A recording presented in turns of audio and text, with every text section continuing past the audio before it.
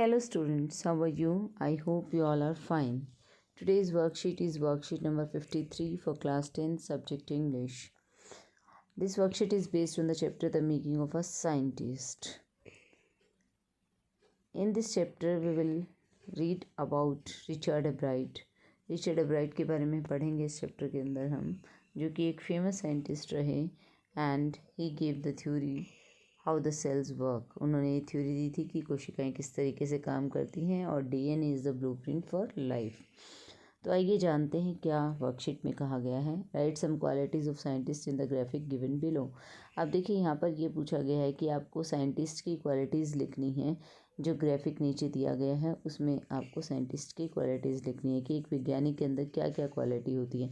तो एक ग्राफिक दिया गया है, एक पिक्चर दी गई, बॉक्सेस बनाए गए हैं अलग अलग कलर में। तो यहाँ पर आपको क्वालिटीज़ मेंशन करनी है। तो सबसे पहले देखिए क्या होना चाहिए साइंटिस्ट बनने के लिए। तो आपको पता है ब्रिलियंट माइंड होना चाहिए, तो इंटेलिजेंस आप लिख सकते हैं कि इंटेलिजेंस जो है सबसे बड़ी क्वालिटी है किसी भी साइंटिस्ट की। उसके बाद आप दूसरी क्वालिटी ले सकते हैं कि दूसरी क्वालिटी उसकी क्या होगी इंटेलिजेंस के साथ साथ क्यूरियोसिटी की, क्यूरियस होना जो है वो ज़रूरी है।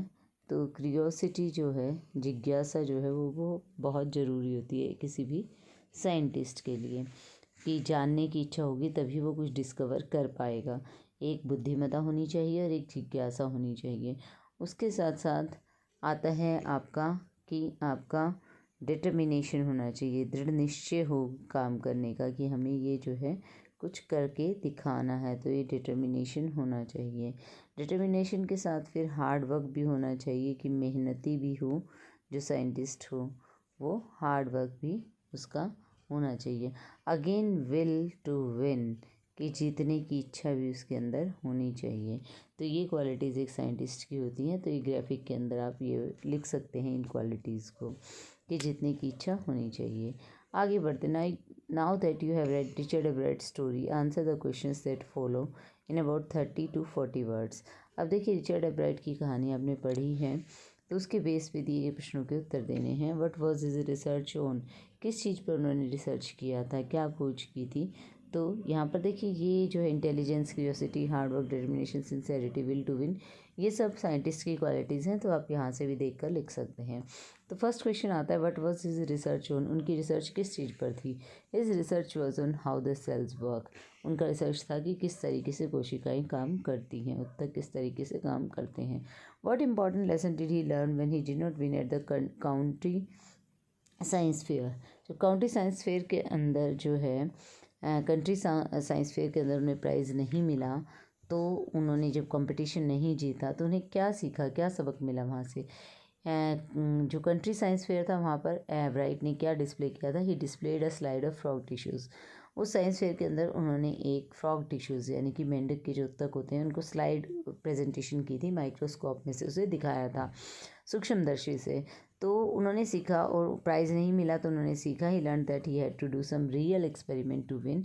उन्होंने सीखा कि उन्हें जीतने के लिए कुछ ना कुछ रियल एक्सपेरिमेंट करना पड़ेगा। मियर display of things is not enough, सिर्फ चीज़ों को प्रदर्शित करना ही काफ़ी नहीं है, चीज़ों का प्रेजेंटेशन देना ही काफ़ी नहीं है, बल्कि कुछ ना कुछ एक्सपेरिमेंट उनको करके दिखाना होगा। नेक्स्ट क्वेश्चन आता है what was his science project in grade 8th। जब वो 8th क्लास में थे तो साइंस प्रोजेक्ट क्या उन्होंने साइंस प्रोजेक्ट किया था। His project was on the subject of finding the cause of viral disease that kills nearly on all monarch caterpillars every year. जब 8th क्लास में थे तो उन्होंने प्रोजेक्ट किया कि वो जो है मोनार्क कैटरपिलर्स के अंदर जो वायरल बीमारी फैली हुई थी जिसकी वजह से वो बहुत सारी मोनार्क कैटरपिलर्स हर साल मर जाती थी, तो उसके कारण को उन्होंने ढूंढने की कोशिश की। उन्होंने क्या किया, Ebright thought that the disease might be carried by a beetle, so he tried raising caterpillars in the presence of the beetles, but it didn't get any results, but he won the competition because he had tried an experiment this time. अब उन्हें लगा कि शायद किसी beetle की वजह से हो रहा, तो बिटल की प्रेजेंस के अंदर उन्होंने कैटरपिलर्स को रेज़ किया, उनको पाला और बिटल को भी वहाँ पर रखा। तो बिटल की प्रेजेंस में भी, लेकिन उनका ये जो भी एक्सपेरिमेंट उन्होंने कहा किया, ये रीज़न जो वो सोच रहे थे कि बिटल की वजह से ऐसा वायरल फीवर हो रहा है, तो ऐसा नहीं हुआ, ऐसा जो एक्सपेरिमेंट था उनका ये सफल नहीं हुआ, लेकिन फिर भी उन्होंने प्राइज़ जीता क्योंकि जो एक्सपेरिमेंट करके उन्होंने दिखाया था। तो एक प्रोजेक्ट जो था उनका एक्सपेरिमेंट बेस्ड था, इसीलिए उन्हें प्राइज़ मिला। What was the biology puzzle that he found an answer to in his college. College में जाने के बाद कौन सी बायोलॉजी पहेली का उन्हें आंसर मिला? तो आंसर रहेगा इसका, how the cell can read the blueprint of its DNA. ये पजल थी कि किस तरीके से सेल जो है इसके डीएनए के ब्लूप्रिंट को रीड कर लेते हैं। DNA is the substance in the nucleus of a cell that controls heredity. DNA एक ऐसा तत्व होता है जो कि नाभिक के अंदर सेल के बिल्कुल सेंट्रल पार्ट के अंदर होता है, जो कि अनुवांशिकता को कंट्रोल करता है, जिस पर ये अनुवांशिकता आधारित होती है। It determines the form and function of the cell and this DNA is the blueprint for life. और ये ही डिटरमाइन करता है कि ये किसी सेल का क्या फॉर्म होगा, क्या स्ट्रक्चर होगा, क्या फंक्शन होगा। और डीएनए को उन्होंने प्रूव किया कि डीएनए ही ब्लूप्रिंट है लाइफ का। I hope you understood the worksheet. Thank you. Stay safe.